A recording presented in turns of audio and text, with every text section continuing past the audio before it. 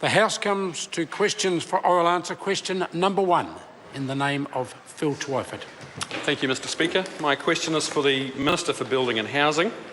What policies were put in place at the Weymouth development to prevent houses being bought and sold by speculators, given the $29 million government grant for the project? Mr Speaker. The Honourable Dr Nick Smith. Mr Speaker, the $29 million grant was for the social housing component of this $120 million plus mixed housing development.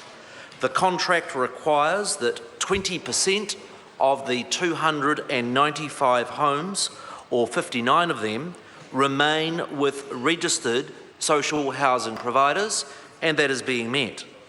The development is being partially funded by 105 private market sales.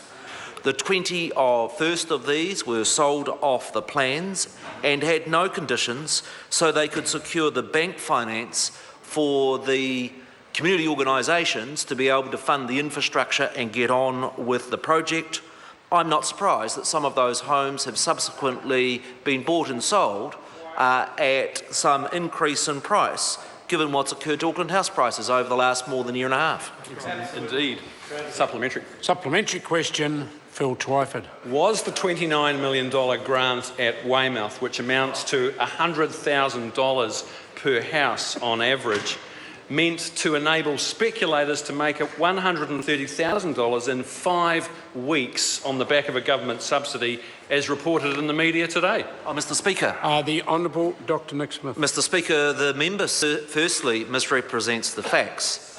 The particular house was bought off the plans in August of 2014, actually after being on the open market for about 10 weeks before it was sold. More than a year later, when the house was completed, that purchaser, who bought it at free market price, decided to resell it. That's no different to what's occurred at Hobsonville. It's no different what has occurred in housing developments all over the country, including many housing developments that the state funded during his time in government. Supplementary. Supplementary question, Alfred Naro. Thank you, Mr Speaker. To the Minister for Building and Housing. Have there been any changes to the Weymouth project from what was announced in October 2013? Mr Speaker. The Honourable Dr Nick Smith. Mr Speaker, yes. The original announcement was for 282 homes at Weymouth. The developers now believe, the community developers, there will be in fact 295. They originally announced that the housing development would have 113 homes that would be sold openly on the market at commercial value. Actually, that number has come down to 105 because they've secured such a good price on those, i.e. there are going to be 21 more houses for social and affordable purposes than when the government announced the project. Good. Supplementary question, Phil Twyford. Why didn't the government include a clawback provision that would have seen capital gain from the sale of affordable homes within a certain period repaid to the taxpayer as a way of deterring speculation in these houses? Mr Speaker. The Honourable Dr Nick Smith. Mr Speaker, because the government's not doing the development, the government is providing a grant for the provision of 59 social houses. Now, if the member opposite wants to regulate the price of every house that's bought and sold in New Zealand, that's the sort of socialism he might stand for. It's not what we. Supplementary. Order. Supplementary question, Phil Twyford.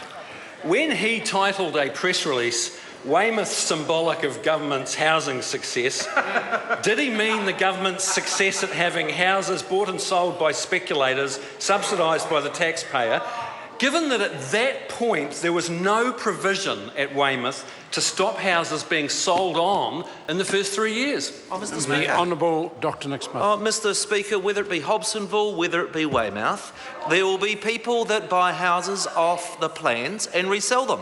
The member want to note some of his colleagues are on record of doing just that. People's circumstances change.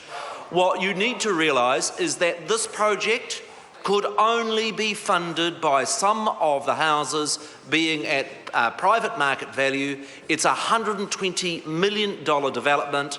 The infrastructure and other components required private sales to fund it. Supplementary. Supplementary question, Phil Twyford. Does he still think that his policy is a success, given that only 500 houses on his account have been built in the special housing areas, that very few of them are affordable, and he has no policy at all to stop them being sold off to speculators for windfall profits? Oh, Mr. Speaker. The Honourable Dr Nick Smith. Mr. Speaker, the only way we could have a country where nobody was able to profit from houses would be to have the government controlling the sale of every house price in New Zealand, and that is not this government's policy. I'd be very surprised if it's a member's policy. In terms of success of the policy, I would note the latest stats out from Statistics New Zealand on the level of residential construction in Auckland out this morning. It shows that since I have been the Minister, the amount of housing residential work occurring in Auckland has more than doubled. Order. Supplementary question, Phil Twyford. Doesn't this fiasco just prove that his flagship policy to increase the supply of housing in Auckland is just more piecemeal tinkering, given that houses prices went up in Auckland by 25% in the last year? That's right. Mr. Speaker. The Honourable Dr Nick Smith. Mr. Speaker, what I would note at Weymouth is that it has been the fastest housing project that has taken place in decades in Auckland. This is a block of land that sat vacant for 9 years under Labor, and I remind the member what happened to the land at Weymouth when house prices in 2004 went up by 29%. The land sat absolutely vacant. It's now got hundreds of houses on it. Order. Question number